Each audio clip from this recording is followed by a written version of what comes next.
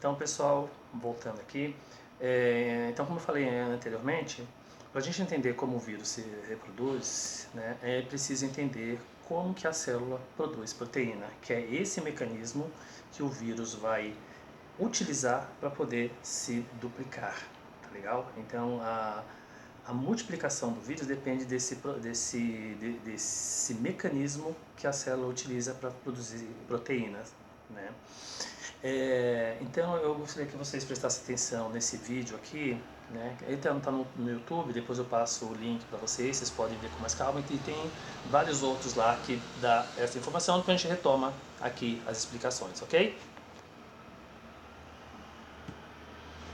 To understand it, let me take you inside a cell's nucleus.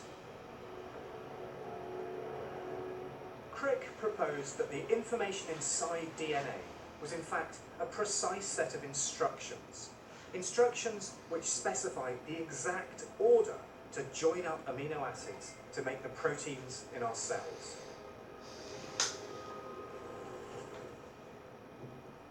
The way the cell carries out these instructions is spectacular. Each time the cell needs to make a particular protein, the instructions are copied from part of the DNA strand to a new molecule called RNA. The RNA carries the instructions for building the protein out of the cell nucleus, heading for this structure called a ribosome. This is basically the cell's protein factory. As the ribosome works its way along the RNA strand, it reads the instructions, and these tell it which amino acids to join together and in which order to make the specific protein.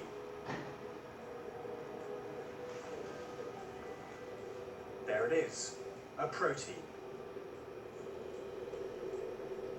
And just think, the cell builds proteins thousands of times a minute to stay alive.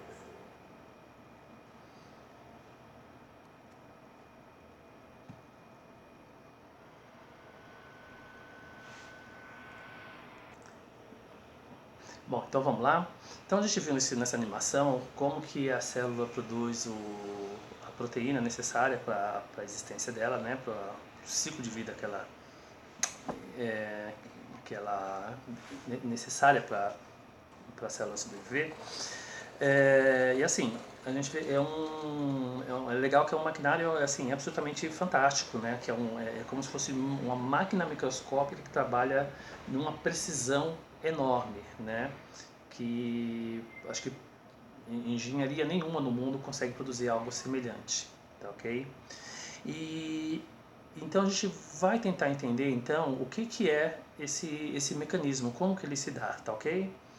Então assim, a gente voltando aqui para o nosso resuminho, né? A gente viu que assim, a síntese proteica ela é um processo que envolve alguns processos, né, assim, da produção de proteína. Esse processo chama de transcrição e tradução, né? Então assim, o que vem ser a transcrição? Então a transcrição é um processo que ele ocorre no núcleo da célula, né?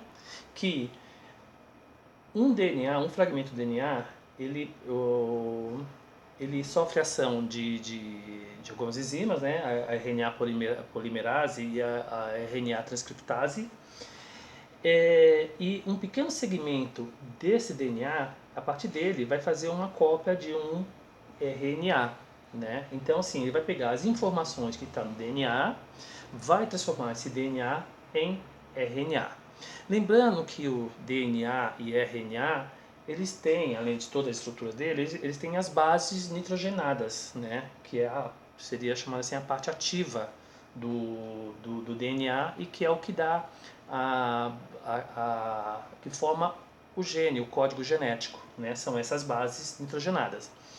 E essas bases nitrogenadas, nós temos aqui o DNA, a gente vai ter a guanina, a citosina e a guanina, que elas vão estar sempre pareadas entre elas, e a adenina e a timina, né? Então essas bases, elas estão sempre uma parelhada somente uma com a outra, né?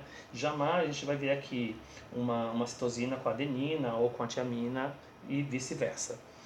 E o RNA? O RNA ele também vai ter uma citosina ou guanina e ele vai ter uma adenina.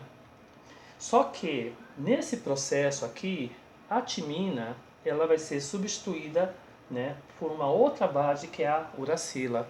Então, assim, qual que é a diferença? A diferença básica do RNA? Ele tem essa base, né, a uracila, ele vai ter essa base no lugar da timina.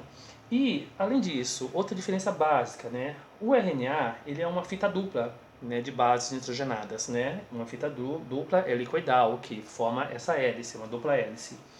E o RNA ele é apenas uma fita, ele é uma fita única, tá? E a informação para se fazer a proteína, vamos lá, vamos supor que a célula ela é produtora de colágeno, a proteína colágeno. Então, essa informação vai ser retirada do DNA, vai passar para o RNA e o RNA que vai conduzir esse processo, né, de produção do colágeno. E como que se dá esse processo? Né? Então, voltando lá, lá no núcleo ocorre a transcrição, como a gente disse que a transcrição é quando o DNA ele é, entre aspas, transformado no RNA, né? Esse RNA, depois da transcrição, ele vai sair do núcleo pela membrana nuclear, a carioteca, ele sai por um poro que existe pelos poros, né, que existe na carioteca e vai para o citoplasma, né?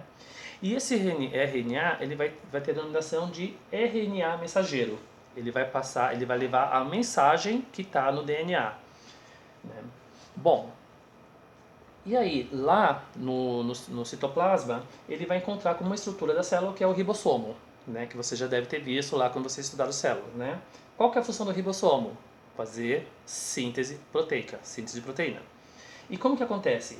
O RNA vai levar a informação, lembrando que a informação são as bases nitrogenadas, né? O RNA mensageiro vai levar aqui, está levando,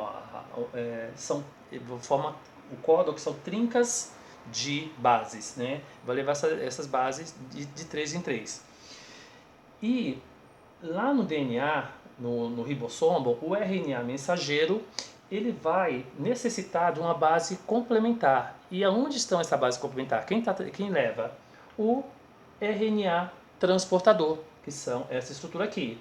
Ele possui a base nitrogenada, aqui na base dele, e ele leva um aminoácido. Lembrando que o aminoácido é a estrutura básica da proteína. Então, lembrando que a proteína, elas são vários aminoácidos que são colocados, outros são ligados através de ligação peptídica, e uma molécula de aminoácido forma uma proteína. Então, ele precisa juntar esses aminoácidos. E como é que eles se juntam? A partir, né, lá no ribossomo, no ribossomo, o RNA mensageiro traz a informação, né? Então aqui, ele entrou aqui no código, ele tem adenina, uracila e guanina. Então para ele poder agir, ele vai precisar da base complementar dele. Qual que é essa base complementar dele? A adenina vai se ligar à uracila à adenina e a guanina à citosina, né? Então o RNA trouxe essas bases aqui, o RNA mensageiro e o RNA transportador trouxe essa base aqui. E aí vem um outro RNA, acopla uma outra base complementar.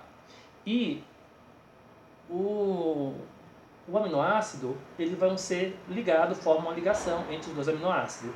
E assim vai formando, até formar uma cadeia enorme de vários aminoácidos. E esses aminoácidos que vão se constituir na proteína. Okay? Então assim, de uma forma bem resumida, é assim que ocorre. Né? Então, como é que vai acontecer? A transcrição ocorre no núcleo, né? Então, o que é a transcrição? Um segmento do DNA, ele é retirado uma cópia e essa cópia se transforma no RNA mensageiro, né? Depois da transcrição, o RNA mensageiro sai do núcleo e vai para o citoplasma. E lá no citoplasma, ele encontra com o ribossomo. Dentro do ribossomo, o RNA mensageiro traz as informações, ou seja, as bases nitrogenadas para aquela informação, né, para uma determinada proteína, e ele precisa do RNA transportador, que vai trazer a base complementar, e ele traz o aminoácido para formar a proteína. Lembrando, onde vem esse aminoácido? Da nossa dieta. Então a proteína que a gente consome, o nosso organismo quebra essa proteína, transforma em aminoácido e joga lá no nosso sistema, e aí o organismo, depois, nesse processo, o RNA mensageiro transporta esse aminoácido para ele fazer novamente uma proteína, transformar novamente em proteína, tá ok? E é esse mecanismo que o vírus vai se utilizar, né? Então o que acontece? Ó, o vírus entrou na célula, né? Através daquelas espículas, né, que a gente viu lá no passado. Quando ele entra na célula, ele vai se fragmentar. Então a parte de proteína dele se fragmenta e libera o RNA. E toda essa parte proteica fica aqui, ó, tá? Lá no RNA, ele vai para o núcleo da célula, essa estrutura aqui, e sofre a transcrição. Sofreu a transcrição, ele volta, né, produz as proteínas e, utilizando as proteínas que foram fragmentadas no vírus, como se ele se regenerasse, né? Ele vai até o núcleo e no núcleo isso faz a replicação. A replicação é a duplicação. Ele vai começar a se duplicar. Sai do núcleo e aí os vírus que são duplicados, que foram feitos a partir desse RNA, que eles foram feitos, eles duplicaram e liberam para a célula. Então ele vai se liberar para a circulação sanguínea e ele vai contaminar outras células. Esse é o mecanismo, tá? Ok? Então é assim que o vírus utiliza um processo natural da célula, que é de fabricação de proteína, produção de proteína. Ele vai utilizar esse mecanismo para se reproduzir. Tá legal? Já já voltamos.